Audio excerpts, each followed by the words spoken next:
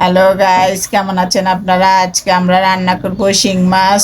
চলুন কিভাবে করি আপনাদের সাথে শেয়ার করি। প্রথমে আমি শিং মাছ কেটে ধুয়ে পরিষ্কার করে নিয়েছি। এবার পেঁয়াজ, কাঁচামরিচ, টমেটো কেটে নিয়েছি। এবার তেলে কড়াই বসিয়ে তেল গরম দিয়ে পেঁয়াজ কাঁচামরিচ দিয়ে দিলাম। দিয়ে পেঁয়াজ কাঁচামরিচগুলো ভাজবো।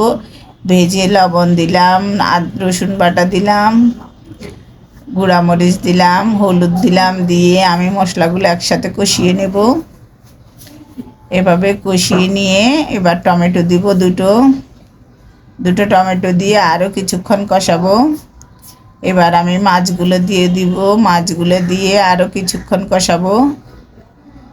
ভালো মতন নেড়ে নেড়ে এভাবে কষিয়ে নেব তেল মশলার সাথে। এবার আমি পানি দিয়ে দিলাম। দিয়ে এবার ঢাকনা দিয়ে আমি কিছুক্ষণ রান্না করব। দেখুন কত সুন্দর কালার হয়েছে। এভাবে শিং মাছ ভুনা করে খেতে খুব ভালো লাগে। এবার আমি একটা ডিম দিয়ে দিলাম। দিয়ে চুলাটা একদম কমিয়ে দেব। এখানে আপনারা যে যে কটা ডিম দিতে পারেন সমস্যা নাই, তবে আমি একটা ডিম দিয়ে আপনাদের সাথে শেয়ার করেছি। এভাবে চুলাটা কমিয়ে ডিম দিয়ে ঢাকনা দিয়ে রেখে দেবেন। অনেক সুন্দর হয়ে ডিমটা হয়ে যাবে, মাছগুলো একদম বুনা বুনা হয়ে যাবে।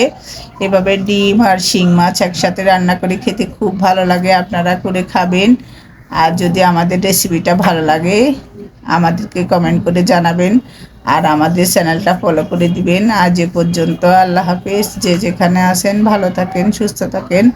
আরও নতুন নতুন ভিডিও দিতে পারি এই জন্য দোয়া করবেন।